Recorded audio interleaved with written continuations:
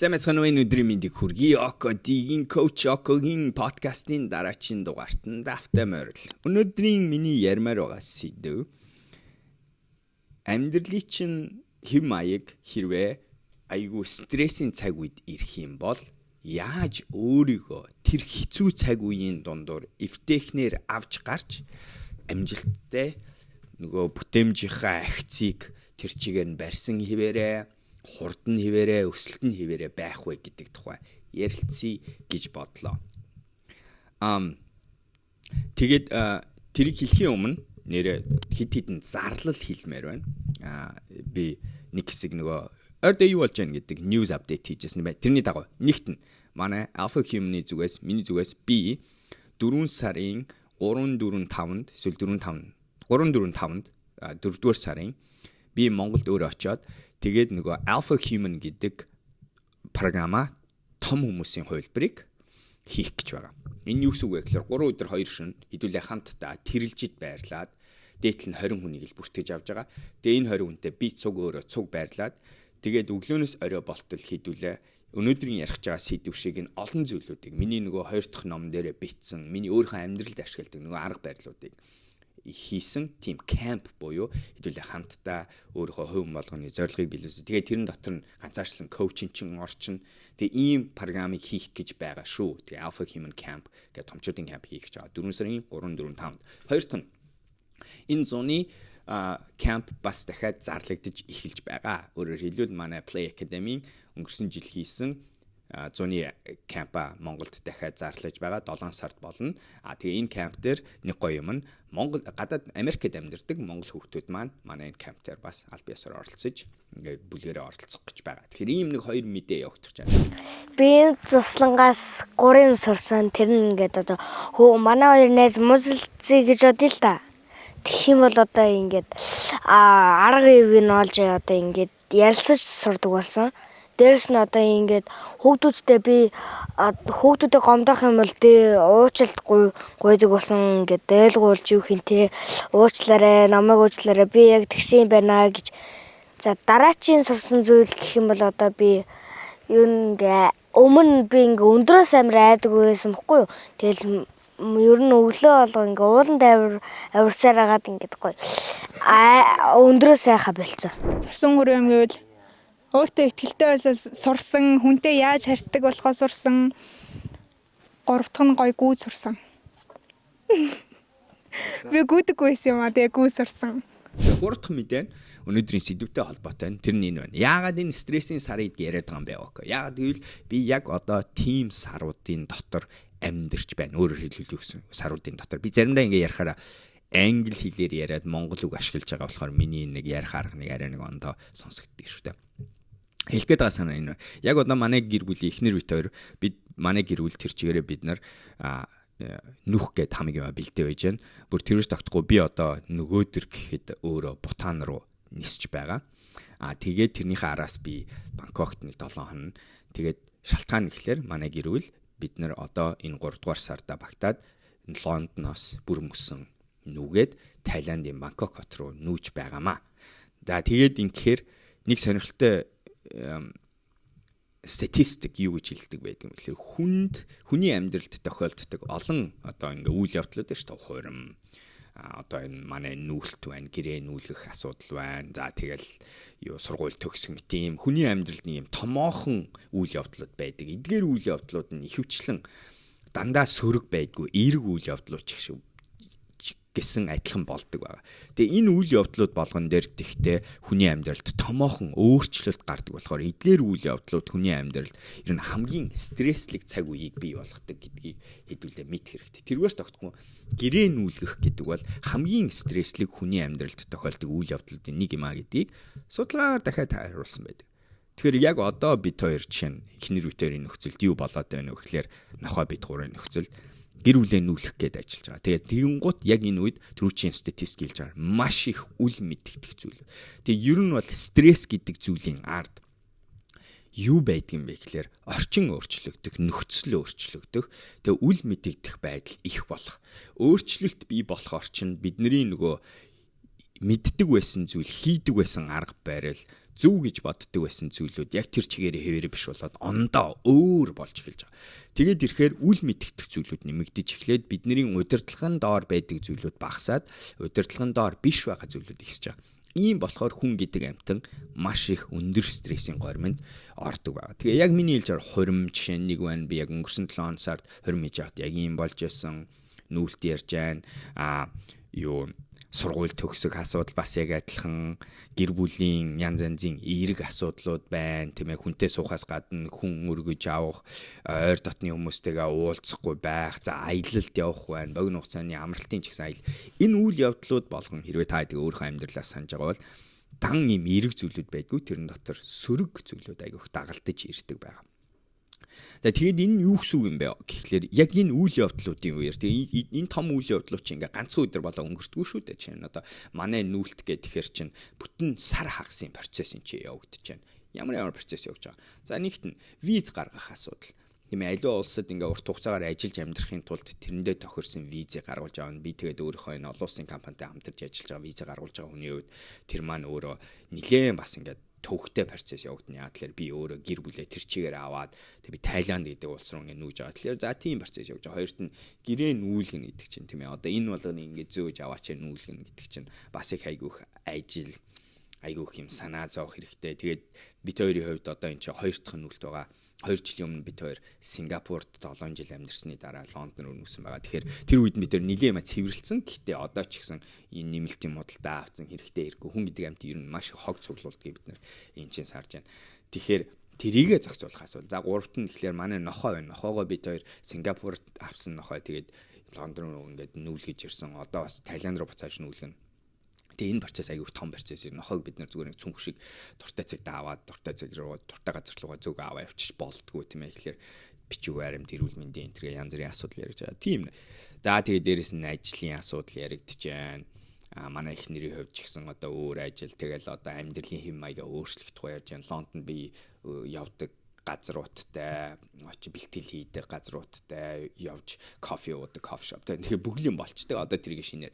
Тэгэхээр яг энэ үед бид нар яадаг юм гэхээр энэ болгоноос болоод байнгын ийм жоохон төгшүүр стрессийн горимд дандаа байдаг гэдгийг хүлээн зөвшөөрдөг.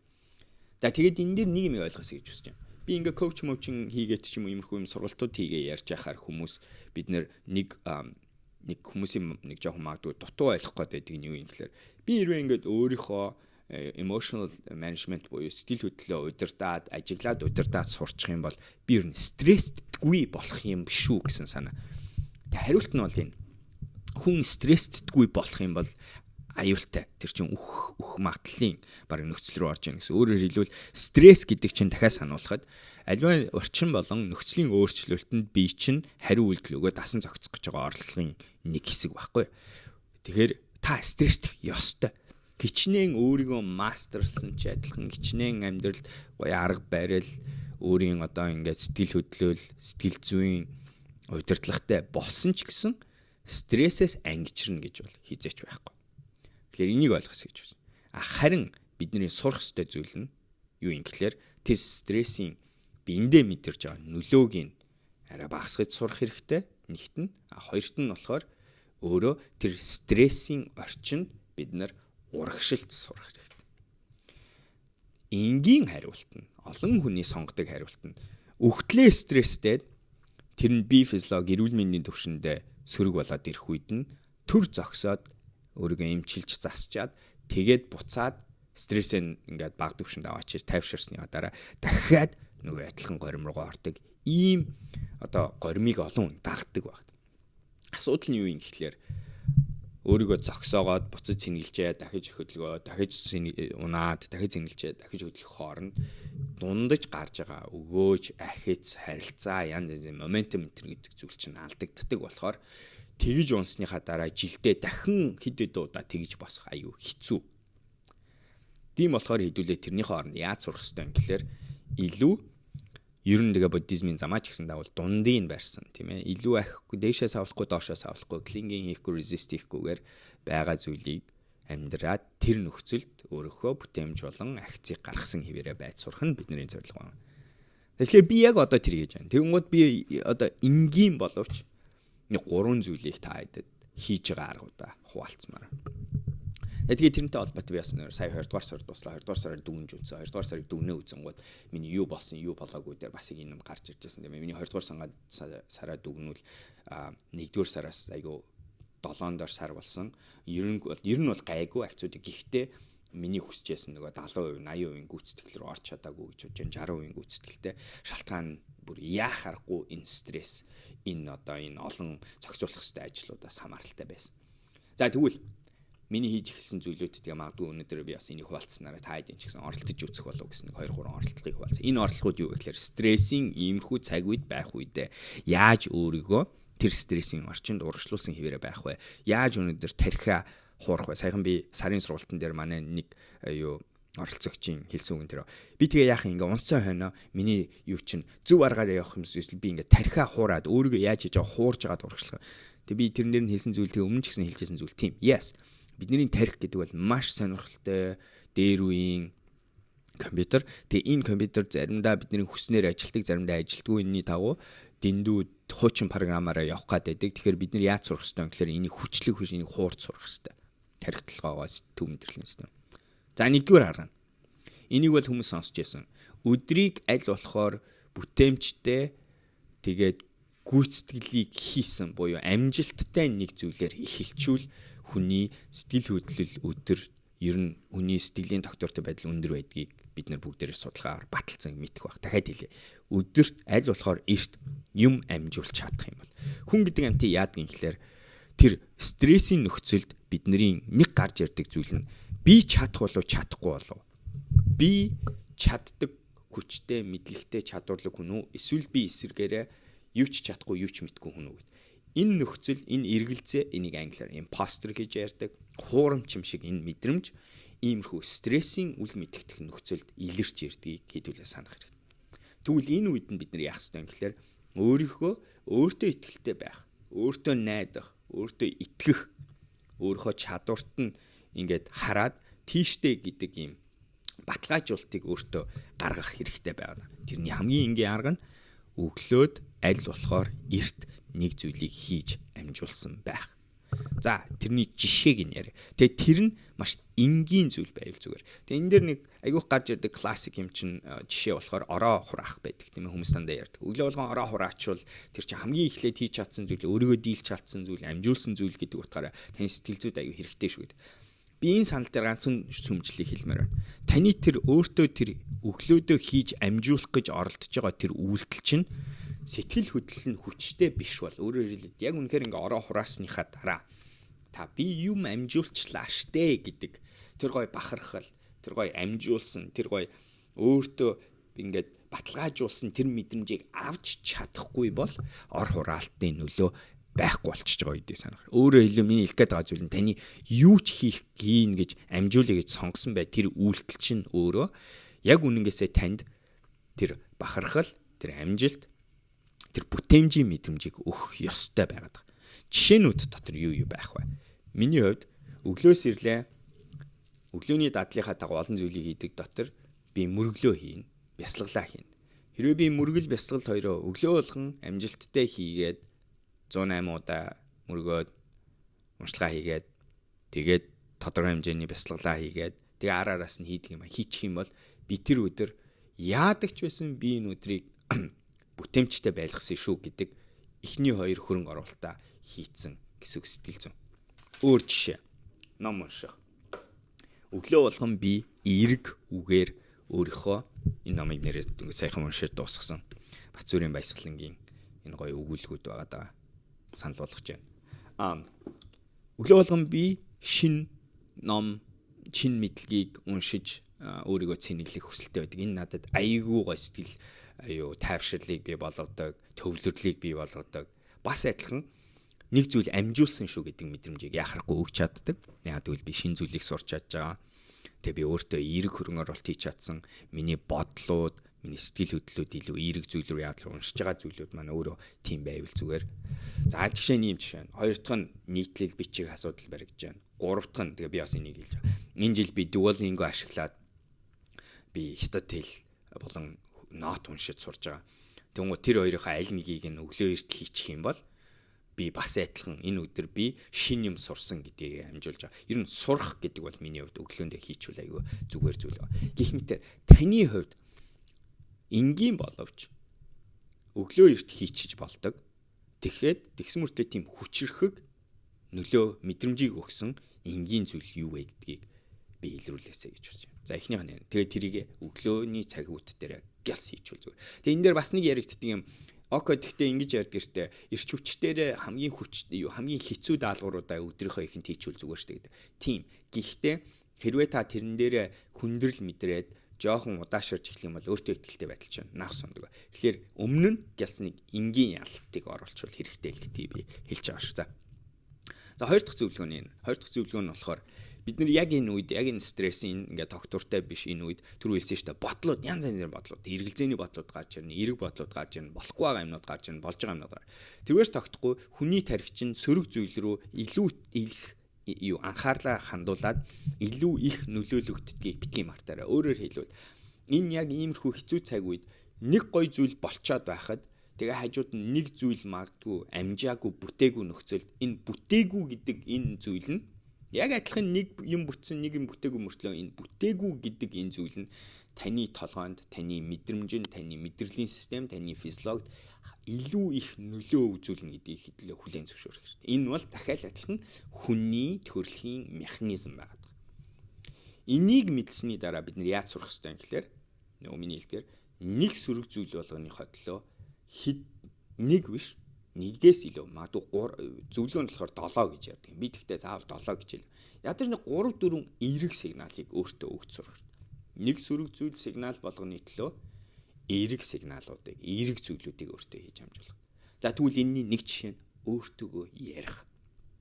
Self talk. Тунхаглал гэдэг зүйлийг хэлэх, тийм ээ. Өөртөө ингээд эерэг ёроол хэлэх энэ төр гэсэн зүйл орж. За энэ дотор би энийг хийж байна. Тэгвэл энэ юу гэж хэлэх вэ? Өөрийнхөө хийж чаддаг зүйлүүдээ сануул. Өөртөө тэгээ сануул гэдэг нь би яар гэж байгаа шүү. Жишээ нь миний жишээ нь энэ байна. Око чи энэ сард энэ 2 дугаар сард чи ийм зүйл амжуулсан шүү.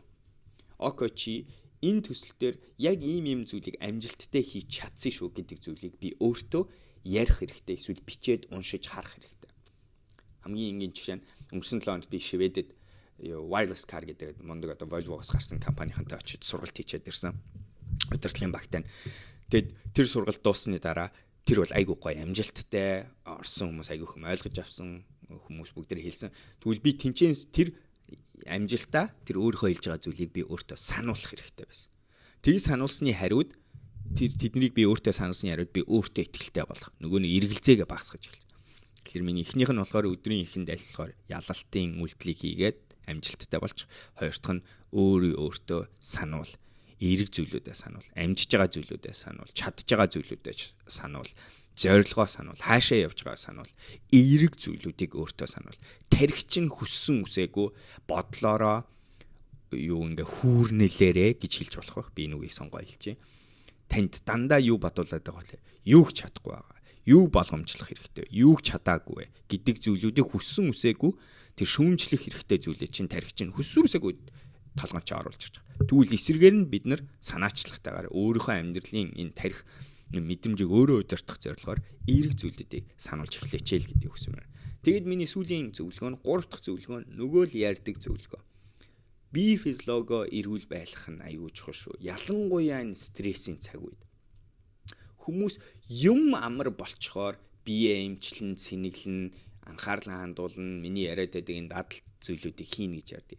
Эсрэгээрээ байх хэрэгтэй гэдгийг л дахиад сануулчих. Юм хэцүү байх үед миний нөгөө яриадаг энэ протокол буюу энэ амьдралын хэм маяга илүү зохион байгуулалттай, өөрийгөө шөөлөө зохион байгуулалттай. Тэр нөгөө хийх ёстой зүйлээ хийдэг байх хэрэгтэй. Юм харин стресс багассан, орчин нөхцөл тийм шаардаагүй нөхцөл тайвширч болно. Эсрэгээр байх хэрэгтэй. Хүмүүс эсрэгээр нэг юм тайван байхад очиод дасгал хөдөлгөөн бүх юм хийх гээд байдаг. Юм хэцүүцсэн тийм хийхгүй тэгээ яагаад яарад байгаа гайхаад байдаг шүү. Тэгвэл энийг л сануулж. Физиологи эрүүл биеийн саруулах орчтыг битгий мартаарай. Энэ стрессийн ийм хэцүү цаг үед өөрийгөө эвтэг байлгахыг л миний нэг өөртөө сануулж байгаа зүйл нь. Око, би физиолого, нойро, нөгөө үндсэн зүйлүүдээ байлгаарай. шингэнээ сайн уугаарай, хөдөлгөөнөө сайн хийгээрэй, бясалгалаа сайн хийгээрэй. Өөрийнхөө хийдэг бүхэл одоо бие физиологи, эрүүл мэндийн сэтгэл зүйн тайвшруулалтын аргуудаа ашиглаарай гэдгийг өөртөө би сануулдаг байна. За тэгэхээр өнөөдрийн подкаст юм хэцүү байх үед амьдрал нэг иймэрхүү үйлдэлүүд болдог. Энэ цаг үед бид нар айгүй хэцүү цаг үед таардаг. Тэгвэл энэ үед яаж өөрийгөө энгийнээр босгоод унахгүй авч явж үр дүн акцийг гаргасан хിവэрэ байх вэ гэдэг сэдвээр би өнөөдөр ярьлаа. Лондонд өнөөдөр гоё нартай, үзэсгэлэнтэй гоё өдөр байна. Лондон гэдэг энэ хотын хэцүү зүйл нь өвөл болон зунаас бус үйлрэлд тэнгэр бороо их харин нар гарчгаараа камерны температур нь нарнаас болоод халаад тэгээд дасарчлаа. Тэгээд ямар ч хэсэг хэлчихсэн санаа. Лондон цаг агаартай байх үед хамгийн гоё хотуудын нэг л гэдгийг хэлэх гэсэн. Өнөөдрийн сэдв та хэд таалагдсан байх гэж найдаж байна. Тэгээд сонсомоор байгаа юм. Та ч гэсэн яг ингээ өөрийгөө анзаараад байвд. Юм хэцүү цаг үед ямар энгийн аргуудыг ашиглаж өөрийгөө сэргэж босгож урагшаа ингээ авч явдаг вэ? Би сайн 3 арга хуваалцлаа. Танд санал болох аргууд байна уу? Хэрвээ тийм байвал коммент сектэнд бичиж өгөөрэй. Сонирхолтой байна. Тэгээ би бас хөшөө олон аргуудыг өөртөө ч гэсэн сурч авмаар байна. За тэгээ өнөөдрийн подкаст таалагдсан байх гэж найдаж байна. Балер өдрөг байцгаагаарай. Дараагийн видеогоор уулзцгаая. Хэрвээ анх удаага үзэж байгаа бол subscribe хийхээ битгий мартаарай. Бид нэр ойр ойрхон энэ видео оруулж байгаа. За тэгээд дараа уулзцгаая.